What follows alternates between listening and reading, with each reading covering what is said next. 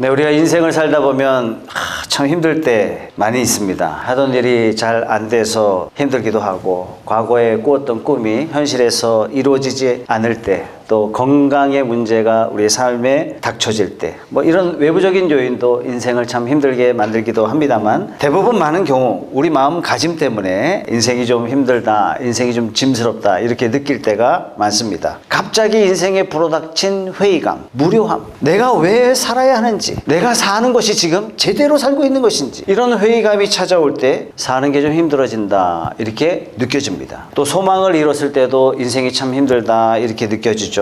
갑자기 닥쳐진 문제 해결될 기미가 전혀 보이지 않을 때 우리는 절망하게 되고, 절망하는 중에 인생이 짐처럼 느껴질 때가 많이 있습니다. 또한 무력감을 느낄 때도 있죠. 사는 게 참 힘들다, 이걸 해낼 능력도 없고 자원도 없다 이렇게 느껴질 때 사는 것이 참 힘들다 이렇게 느껴집니다. 어떤 때는 이런 일들이 한꺼번에 두세 가지가 막 동시에 불어닥칠 때가 있습니다. 도저히 감당하기 어려워서 어떤 사람들은 자살까지도 생각합니다. 어떤 때는 인생에 대한 이 회의감 때문에, 절망 때문에, 무력감 때문에, 우울감 때문에 인생을 깊이 좌절하기도 하죠. 그러나 예수님을 주님으로 영접하고 하나님의 자녀된 저와 여러분들은 이런 회의감, 절망감, 무료함, 우울감 느낄 필요가 없습니다. 주님께서 이런 문제에 명확한 해답을 주셨기 때문입니다. 이걸 어떻게 하느냐? 예수님께서 제자들이 회의감과 깊은 우울감과 좌절감과 절망감과 무력감 가운데 헤매고 있을 때 예수님께서 건져주셨기 때문에 이 사실 하나만으로도 우리도 이런 데서 건져내실 것이다 하는 이런 소망이 있기 때문입니다. 오늘 그러한 확신을 가지고 돌아가는 여러분들이 다 되시길 주님의 이름으로 축복합니다. 예수님이 체포되시고 십자가에 돌아가시고 난 다음에 제자들의 입장을 가만히 생각해보면 제자들이 가질 깊은 절망감과 좌절감, 아무것도 할 수 없는 무력감, 그들이 느낀 깊은 우울감, 우리가 느끼고 경험하는 이런 우울감, 무력감, 이거하고는요 차원이 틀려요. 제자들은 예수님께 자신의 인생을 다 걸었어요. 말만 걸은 게 아닙니다. 입술만 나는 주님께 헌신하겠습니다 그렇게 한 게 아니에요. 인생을 걸었어요. 직업을 다 버리고 예수님 쫓아왔어요. 심지어 가족들도 다 버리고 예수님을 쫓아왔습니다. 그런데 그 예수님이 체포되시고 어이없이 손 한 번 쓰지 못하고 예수님이 처형당하시고 말았습니다. 이때 제자들이 느꼈을 좌절감, 절망감, 우울감, 무력감, 이거 어떻게 말로 표현할 수 있겠습니까? 아니, 이분이 하나님의 아들이라고 했는데, 아니 내 눈으로 똑똑히 봤어. 이분은 죽은 사람도 살렸단 말이야. 그런데 왜 자신은? 제자들이 느꼈을 이 황당함, 무엇으로도 표현할 수 없었을 것입니다. 제자들은 아마 이제 우리 어떻게 살아야 되나? 그들이 느꼈을 무력감은 이루 말할 수 없었을 것입니다. 이런 제자들을 부활하신 예수님이 만나 주시면서 제자들의 무력감, 우울감, 회의감을 확신으로 바꿔주셨어요. 제자들의 절망을 소망으로 바꿔주셨고, 그 무력감을 자신감으로 예수님께서 송두리째 바꿔주셨습니다. 그 사건이 우리가 읽은 이 성경의 본문의 말씀입니다. 그래서 예수님을 주님으로 영접한 우리도 예수님의 진정한 제자가 되었다면 우리도 세상이 주는 절망감, 세상이 주는 회의감에서 벗어나서 확신 가운데 살 수 있습니다. 우리도 좌절감에서 벗어나서 소망이 넘치는 삶을 살 수 있습니다. 우리도 무력감에서 해방돼서 능력이 넘치는 삶을 살 수가 있습니다. 구체적으로 어떻게 예수님께서 제자들에게 이 확신과 소망과 자신감을 심어주셨는지 살펴보기 전에 우리가 이제 사도행전을 시작하잖아요. 사도행전에 대해서 잠깐 말씀드리겠습니다. 왜냐? 오늘부터 시작해서 매 주일마다 사도행전의 말씀을 강해하기 때문에 그렇습니다. 사도행전은 누가 썼느냐? 누가가 썼습니다. 누가복음을 썼던 누가가 누가복음의 후속편으로 쓴 것이 사도행전입니다. 누가는 유대인이 아닙니다. 굉장히 중요한 사실인데, 모든 성경이 다 유대인에 의해서 쓰여졌는데 유독 두 권, 누가복음과 사도행전만 유대인이 아닌 이방인이 썼어요. 유대인을 위해서 하나님께서 아들을 보내주셨는데 유대인은 어떻게 했어요? 그 아들을 못 받고 그 아들을 죽였어요. 이 유대인들이 하나님 앞에 온전할 수 있겠습니까? 그래서 예수님을 처형한 유대인들이 예수님 부활하시고 40년쯤 지나서 서기 70년경에 로마의 티투스 장군이 유대를 정복합니다. 예루살렘이 완전히 함락되죠. 이스라엘이 완전히 폐허가 됩니다. 그러면 사도행전은 언제 썼느냐? 함락되기 6, 7년 전에 쓰여졌어요. 로마의 티투스 장군에 의해서 유대인 전체가 몰살당합니다. 전쟁에 참여한 모든 사람들이 전부 다 몰살당하는데 딱 한 사람 도망가죠. 이 사람이 역사상 가장 위대한 역사가인 유세비우스예요. 나중에 유세비우스에 대해서 말씀을 드리도록 하겠습니다. 이때 이스라엘이 멸망당하면서 2000년 동안 이스라엘이 나라 없는 유랑민족이 되죠. 이것을 우리가 어떻게 표현하냐면 디아스포라 유대인 이렇게 표현합니다. 1948년 5월에 독립할 때까지 2000년 동안 이스라엘은 나라가 없는 상태로 존재하게 됩니다. 자, 티투스 장군이 이 전쟁에서 승리하면서 로마에 어떻게 들어갔냐면 개선 장군으로 들어가게 됩니다. 그러면서 79년에 로마의 군인 황제가 되죠. 이때 한반도는 삼국시대였어요. 고구려 태조왕 때, 신라 이사금 때였습니다. 자, 지금까지 이스라엘에 수많은 전쟁이 있었지만 포로로 잡혀갔다가 다시 돌아오게 되기도 하고 땅을 빼앗겼다가 다시 땅을 되찾기도 하고 뭐 이런 일이 수없이 반복했는데 이 70년경에 티투스에 의해서 이스라엘이 멸망당할 때는 이스라엘 민족성 전체가 완전히 말살당합니다. 다시는 이스라엘로 돌아올 수 없도록 이스라엘 사람들을 철저하게 이민 정책을 가장 먼 곳에 이스라엘 사람들 다 뿔뿔이 흩어놔요. 이스라엘 땅에는 더 이상 곡식이 자라지 않도록 이 땅에다가 어떻게 해요? 소금을 다 뿌려놨어요. 이스라엘이 그렇게 정신적 지주로 여겼던 그 화려한 성전을요 완전히 파괴했는데 어느 정도로 파괴했냐면 돌 위에 돌이 하나도 남지 않도록 완전히 평평하게 100% 무너뜨렸어요. 그래서 2000년 동안 나라 없는 디아스포라 유대인이 되고 말죠. 자, 이런 역사적 배경을 보니까 완전히 망한 다음에 사도행전이 쓰여졌다면 이스라엘 멸망에 대한 기록이 반드시 있었을 텐데 이게 없는 걸 보니까 아마 멸망하기 전 63년이나 67년경쯤에 쓰여졌다. 학자들은 그렇게 예측을 합니다. 자, 사도행전의 시대적인 배경은 어떤 시대였냐면 로마의 네로 황제 때예요. 여러분들이 잘 아시죠? 네로 황제는 가장 잔혹하고 그러면서 거의 반쯤 미쳐있는 사람이 네로 황제다. 사도행전을 기록한 누가가 바울과 함께 로마의 감금 상태에서 이 사도행전을 기록합니다. 그러니까 누가복음과 사도행전은 누구에게 쓰여졌냐면 모든 사람이 다 읽어라 이렇게 쓴 것이 아니라 1절에 보면 데오빌로 각하요 이렇게 시작하잖아요. 데오빌로 잘 생각해보세요. 데오스 라틴어로요 하나님이에요. 데오가 빌로, 필로스 사랑이에요. 하나님을 사랑하는 자. 이름이 하나님을 사랑하는 자예요. 그래서 이 사람이 명확하게 누군지 정확하게 밝혀지지 않았지만 아마도 하나님을 사랑하고 기독교에 깊은 관심을 가진 당시의 로마 사회에 굉장히 영향력 있는 사람일 것이다 라고 추측합니다. 자, 이 사람에게 예수님의 행적을 알려줍니다. 그게 바로 누가복음이죠. 그 후에 사도들의 활동과 예수님의 그 제자들이 무엇을 했는지 구체적으로 기록한 내용이 사도행전입니다. 우리 1절 다 같이 한번 읽어보겠습니다. 시작. 데오빌로님, 나는 첫 번째 책에서 예수께서 행하시고 가르치신 모든 일을 다루었습니다. 그 첫 번째 책이 뭐라고요? 누가복음. 예수께서 행하시고 가르치신 모든 일을 다 알려드렸습니다. 자, 그럼 사도행전은요. 2절 말씀 같이 읽어보겠습니다. 시작. 거기에 나는 예수께서 활동하실 때부터 그가 택하신 사도들에게 성령을 통하여 지시를 내리시고 하늘로 올라가신 날까지 하신 모든 일을 기록했습니다. 자, 다시 제자들의 마음의 상태로 돌아오겠습니다. 어쨌든 예수님이 십자가에 돌아가시니 제자들은 매우 절망적인 상황이었어요. 깊은 무력감에 사로잡혔어요. 제자들에게 어떻게 예수님이 회복을 주셨느냐? 그 내용이 나오는데 예수님께서는 어떻게 제자들의 절망감과 우울감과 좌절감과 무력감을 확신과 자신감으로 바꿔주셨느냐? 제자들의 확신의 근거가 뭐냐? 당신이 예수 믿는 근거가 뭐냐? 이 말하고 똑같은 거예요. 여러분, 그게 부활입니다. 예수님이 부활하셔서 40일간 제자들에게 나타나십니다. 3절 같이 읽어볼게요. 시작. 예수께서 고난을 받으신 뒤에 자기가 살아계심을 여러 가지로 증거로 드러내셨습니다. 그는 40일 동안 그들에게 여러 차례 나타나시고 하나님 나라에 관한 일들을 말씀하셨습니다.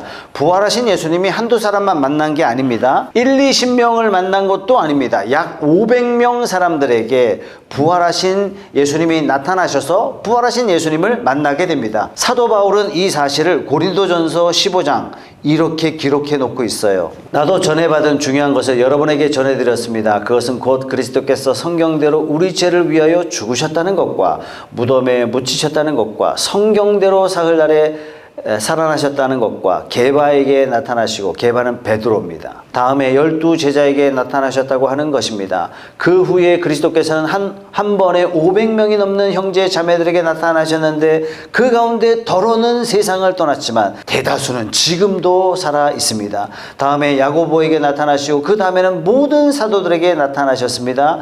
그런데 맨 나중에 다리 차지 못하여 난 자와 같은 들뜨러진 나에게도, 이게 사도 바울입니다, 나타나셨습니다. 예수님께서는 스스로 살아나심을 부활로 보여주셨어요. 보여주셨을 뿐만 아니라 여러 가지로 증명해 주셨습니다. 먹을 것을 함께 드시기도 하셨고, 또 한번 만져봐라 해서 직접 제자들이 만져보기도 했고, 이렇게 부활하신 예수님을 만났기 때문에 절망 중에 있는 제자들이 확신과 소망을 가지고 살 수 있었습니다. 과연 이분은 우리가 믿던 그대로, 예수님이 말씀하신 그대로 살아계신 하나님이요, 우리의 구세주요, 우리의 메시아요, 우리의 주님이시다, 이것을 확신하게 되었고, 이 확신 때문에 어떻게 해요? 목숨을 바쳐서 죽여도 좋다, 예수의 죽으심과 부활을 온 세상에 전하는 그런 증거자로 마지막에는 다 순교하면서 복음을 전했습니다. 여러분, 이게 꾸며낸 일이라면 500명 중에 한 명은 배신자가 있어야 되잖아요. 적어도. 아니, 12명 중에 한 명은 배신자가 나와야 되잖아요. 사랑하는 성도 여러분, 우리도 인생을 살면서 절망하지 않고 좌절하지 않고 우울과 회의감에 빠지지 않고 확신을 갖기 위해서는 우리 삶의 근거가 예수님께 있어야 됩니다. 예수님 영접하기 전에는 우리 인생관이 어떻게 형성되죠? 대부분 경험에 의해서 인생관을 정립합니다. 또 많은 경우에 책을 읽고 인생관을 정리해요. 근데 대다수는 어떻게 하냐면은 자기 인생관을 어떤 윗세대로부터, 부모로부터, 할아버지로부터, 윗세대로부터, 선배로부터 말을 들어서 인생관을 나름대로 정립합니다. 근데 이런 얄팍한 인생관이 자기 하는 일이 잘 될 때는 문제 없어요. 일이 좀 풀릴 때는 문제 없어요. 그런데 우리 삶에 결정적인 위기를 만나거나 내가 결정해야 될 중대한 문제를 만나게 될 때, 누구나 쉽게 해결할 수 없는 그런 문제를 만나게 될 때, 특별히 죽음이라는 문제를 만나게 될 때 내가 가지고 있는 이 인생관이 얼마나 얄팍한 인생관인가 깨닫기 시작한다는 얘기예요.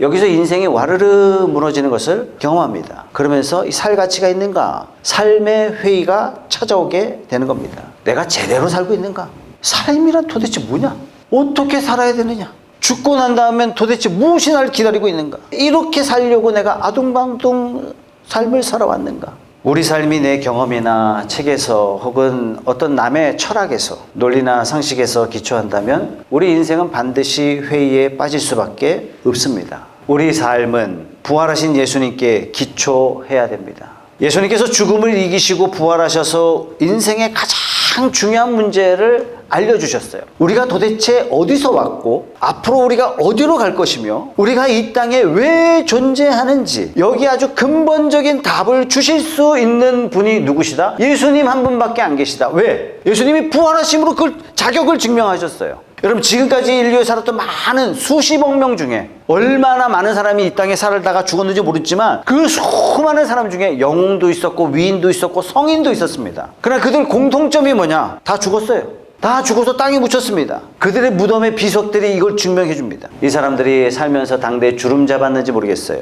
이 사람들이 사는 동안에 수많은 추종자들이 있었는지 모르겠습니다. 이 사람들이 사는 동안에 삶에 도움이 될 만한 사상과 철학이 많이 있었는지 그건 모르겠습니다. 그러나 그들 모두 다 죽었어요. 이들은 모두 죽음 앞에 어쩔 수 없었어요. 죽음이라는 이 하나만으로 봐도 그 사람과 나는요 똑같아요. 그들이 제시한 견해나 생각들, 현세를 살아가는데 어느 정도 도움이 됐을지는 모르지만 우리 인생의 근본적인 문제, 우리가 도대체 어디서 왔고 어디로 갈 것이며 우리에게 주어진 이 인생을 어떻게 살아가야 할 것이냐, 이 문제에 대해서는 자신들도 답을 내리지 못하고 갔습니다. 추정만 하고 갔을 뿐이에요. 뭘로 할 수 있어요? 자기들도 다 죽었어요. 자기나 나나 똑같지. 그러나 예수님 부활하셨습니다. 부활하심으로 뭘 증명하셨어요? 예수님께서 누누이 말씀하셨어요. 나는 하늘로부터 왔다. 이 말씀이 증명이 되고 말았어요. 예수님이 부활하심으로 뭐가 증명됐어요? 나는 하나님이 보내신 유일한 아들이다. 이게 그냥 증명되고 말았습니다. 예수님이 죽은 자를 막 살리셨어요. 이 권세가 있으심이 예수님이 사람을 만날 때 죄사함을 받아라, 이 엄청난 하나님만 하실 수 있는 선언을 하셨어요. 예수님이 부활하심으로 말미암아 우리 죄 사하는 권세가 있으심이 증명되고 말았습니다. 우리 인생의 모든 문제의 키를 가지고 계신 분이 우리 예수님 한 분이라는 사실이 증명되고 말았습니다. 부활이 우리에게 그걸 가르쳐 주시는 거예요. 그럼 부활이 진짜인지 가짜인지 어떻게 합니까? 예수님의 제자들의 삶이 증명하지 않습니까? 500명뿐만 아니라 모든 사람들이 예수님 부활 주장하다가 다 죽었어요. 우리가 삶의 기초를 경험이나 책이나 어떤 철학에 근거하지 않고 예수님께 우리 삶의 근거를 둘 때 우리는 확신 있는 자신감이 넘치는 삶을 살 수 있습니다. 사랑하는 성도 여러분, 성령 충만 받으시기 바랍니다. 아멘. 혹시 이 중에 인생에 대해서 깊은 회의를 느끼신다면 지금 내 인생관이 어디에 기초하고 있는가 한번 살펴봐야 됩니다. 내가 지금 경험에 기초해서 살고 있는 건 아니냐? 지금 내가 얄팍한 세상의 지식에 근거해서 살고 있는 건 아닌가? 내가 어떤 사람의 의견과 견해에 기초해서 내가 살고 있는 건 아닌가? 내가 이 세상에 없어지고 말 세상의 물질에 근거해서 내가 살고 있는 건 아닌가? 그렇다면 반드시 인생의 회의감과 절망감을 느낄 수밖에 없습니다. 부활하신 예수님께 우리 삶의 근거를 두고 우울과 절망과 회의와 좌절에서 벗어나서 확신 가운데 살아가는 우리 성도님들 다 되시길 예수님의 이름으로 축원합니다. 아멘. 두 번째, 절망 가운데 있는 제자들에게 예수님은 어떻게 도우셨길래 소망이 넘치는 삶을 살 수 있었을까? 그러니까 우리가 가질 수 있는 소망의 근거는 도대체 무엇인가? 그게 바로 예수님의 재림입니다. 다시 제자에다가 임할 임자예요. 예수님 다시 온다는 거예요. 부활하신 예수님은 40일 동안 동해 번쩍 서해 번쩍 하시면서 제자들에게 나타나시고 하늘로 승천하셨습니다. 9절 말씀 같이 읽겠습니다. 시작. 이 말씀을 하신 다음에 그가 그들이 보는 앞에서 들려 올라가시니 구름에 쌓여서 보이지 않게 되었다. 올라가시니 보이지 않게 되었다. 이 땅에 계시다가 어딘가 가셨다. 이렇게 생각하시면 안 됩니다. 그 개념이 아니에요. 우리가 살고 있는 이 세상은 뭐라 합니까? 우리가 4차원이죠. 그죠? 옛날에는 3차원이다 그랬어요. 왜? 3차원 공간에 우리는 살고 있다. 그래서 이 세상은 3차원이다. 그래서 약간 이상한 짓을 하는 사람 보고 야, 쟤는 4차원이야. 우리 세상 사람이 아니야. 이렇게 표현했죠. 근데 과학이 발전하면서 우리가 살고 있는 이 세상은 3차원이 아니라 4차원이다. 이 3차원의 공간 플러스 시간이 합쳐져서 이 세상은 4차원이다. 그래서 과학자들은 이 세상은 4차원이다. 이렇게 보죠. 자, 그런데 이 영적인 차원은 우리가 생각하는, 우리가 살아가는 4차원하고는요 차원이 틀려요. 그래서 예수님께서 40일 동안 이 4차원의 우리 세상과 어떤 영적인 차원의 세계와 계속 왔다 갔다 하셨어요. 이 왔다 갔다 하시면서 예수님께서 무엇을 증명하셨냐면 나는 부활했다 하는 것을 예수님께서 보여주셨습니다. 뿐만 아니라 한 가지 더 가르쳐 주셨어요. 4절 5절 한번 읽어보겠습니다. 시작. 예수께서 사도들과 함께 잡수실 때 그들에게 이렇게 분부하셨습니다. 너희는 예루살렘을 떠나지 말고 내게서 들은 아버지의 약속을 기다려라.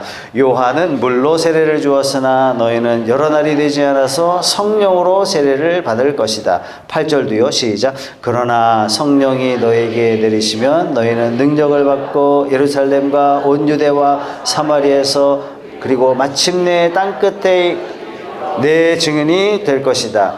예수께서 제자들에게 가르쳐 주시기를 원하셨던 것이 뭐냐면 지금까지 내가 너희를 인도하고 지금까지 내가 너희들을 가르치고 지금까지 내가 너희들을 보호했지만 이제부터는 내가 가고 성령님이 오셔서 성령님이 너희를 인도하고 너희들을 가르치고 성령님이 너희들을 보호해 줄 거야. 그래서 나는 가. 이 개념이에요. 이 개념. 왜요? 예수님이 계시는 동안에 예수님이 베드로와 있으면 요한하고 같이 할 수 없어요. 예수님이 한국에 오시면 미국 사람들은 예수님하고 함께 할 수 없단 말이에요. 왜? 예수님이 3차원 공간 안으로 들어오셨기 때문에. 그런데 성령을 보내주겠다. 이것은 차원을 초월하겠다. 믿는 자 누구에게나 믿는 자가 어디를 가든지 믿는 자와 언제 어디서나 내가 항상 함께 해주고 그들을 지켜주고 인도하고 보호해 주겠다. 이러한 차원에서 예수님이 가시고 성령의 시대가 되었다. 이걸 예수님께서 시청각적으로 어떻게 보여주셨냐면 하늘로 승천하시는 모습을 통해서 보여주신 거예요. 얘들아 나 간다. 이제 나 기다리지 말고 약속한 대로 성령을 기다려라. 이제는 성령님의 음성을 듣고, 이제는 성령님의 말씀에 순종하고, 이제는 성령님의 지도하심에 따르라. 이제 나 간다. 시각적으로 올라가시는 모습을 예수님께서 보여주신 거예요. 우리 10절 11절 같이 읽겠습니다. 시작. 예수께서 떠나가실 때에 그들이 하늘을 쳐다보고 있는데 갑자기 흰옷 입은 두 사람이 그들 곁에 서서 갈릴리 사람들아 어찌하여 하늘을 쳐다보면서 서 있느냐. 너희를 떠나서 하늘로 올라가신 이 예수는 하늘로 올라가시는 것을 너희가 본 그대로 오실 것이다 하고 말하였다. 예수님이 뭐라고요? 다시 오시리라. 예수님이 다시 오심. 이걸 한자로 재림. 이 제자들의 믿음의 또 하나의 근거, 소망의 근거는 뭐냐면 재림이에요. 재림. 예수를 믿는 저와 여러분들에게 예수님이 다시 오신다는 것은, 예수님이 다시 오실 거라는 이 소망이 있기 때문에 성도는요, 어떤 상황에서도 절망할 수가 없는 거예요. 억울한 일 당하셨어요? 언젠간 예수님 오셔서 여러분의 억울함을 다 풀어주실 겁니다. 우리가 누명 쓰고 어쩔 때 답답할 때가 있죠. 이 말로 표현이 안 되는 거예요. 언젠간 예수님 다시 오셔서 여러분의 누명을 다 회복시켜 주시고 그 위에 명예까지 다 회복시켜 주실 겁니다. 여러분들이 불의하게 고통을 당하고 있습니까? 언젠간 예수님 다시 오셔서 악한 자를 벌하시고 여러분들에게 넉넉하게 위로와 상을 베풀어 주시기 위해서 우리 주님 다시 오십니다. 예수님의 부활은 추종자들의 막연한 믿음이 아니라 사실인 것처럼 예수님의 재림도 역사적인 사실로 이루어질 것입니다. 다시 오셔서 여러분의 눈물을 씻어주시고 여러분의 상한 마음을 치유해 주시고 여러분의 억울한 고난 다 보상해 주실 것입니다. 이런 사실을 예수님께서는 사도 요한에게 파노라마처럼 보여주셨어요. 요한계시록 21장 3절 4절입니다. 그때 나는 보좌에서 큰 음성이 울려 나오는 것을 들었습니다. 보아라, 하나님의 집 사람들 가운데 있다. 하나님이 그들과 함께 계실 것이요 그들은 하나님의 백성이 될 것이다. 하나님이 친히 그들과 함께 계시고 그들의 눈에서 모든 눈물을 닦아주실 것이니 다시는 죽음이 없고 슬픔도 울부짖음도 고통도 없을 것이다. 이전 것들이 다 사라져 버렸기 때문이다. 사랑하는 성도 여러분, 예수님 다시 오십니다.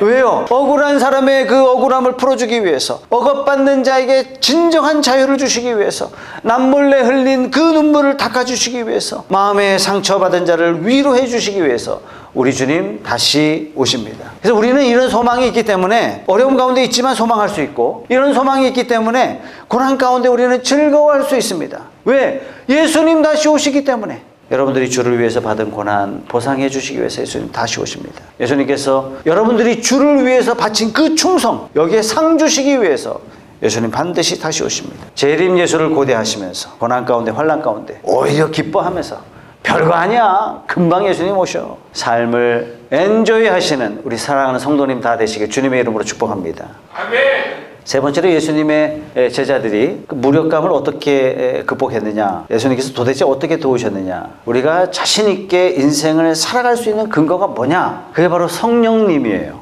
8절 말씀 다시 읽겠습니다. 시작. 그러나 성령이 너희에게 내리시면 너희는 능력을 받고 예루살렘과 온 유대와 사마리아에서 그리고 마침내 땅끝에까지 이르러 내 증인이 될 것이다. 이 말씀은 명령이 아니라 약속의 말씀이에요. 예수님의 제자들은 당대 교육도 못 받았고 집안이 좋은 것도 아니었고 그저 평범한 시골 촌뛰기 사람들이었어요. 이런 사람들에게 주님께서 뭘 약속하고 계세요? 너는 가서 예루살렘과 온 유대와 사마리아에서 마침내 땅끝까지 내 증인이 될 거야, 이렇게 약속하시는 거예요. 이것은 마치 평생 자동차 한 번 타보지 못한 사람에게 너는 앞으로 비행기 타고 다니면서 전 세계를 다니면서 하나님을 증거할 거야, 이렇게 말씀하시는 거랑 똑같은 거예요. 여러분, 유대 땅이 어디입니까? 하나님께서 예언자를 보내주셨어요. 근데 유대 사람들이 돌로 때려 죽였어요. 마침내 하나님이 아들을 보내주셨을 때 그 유대인들이 예수님을 십자가에 못 박고 결국 예수님을 죽기까지 했습니다. 여러분, 이게 예루살렘이에요.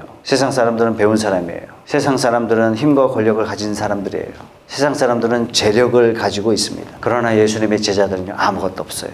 게임이 안 돼요. 그런데 예수님이 뭘 약속하고 있어요? 성령이 내리시면 너는 예루살렘에서 내 증인 노릇할 것이다.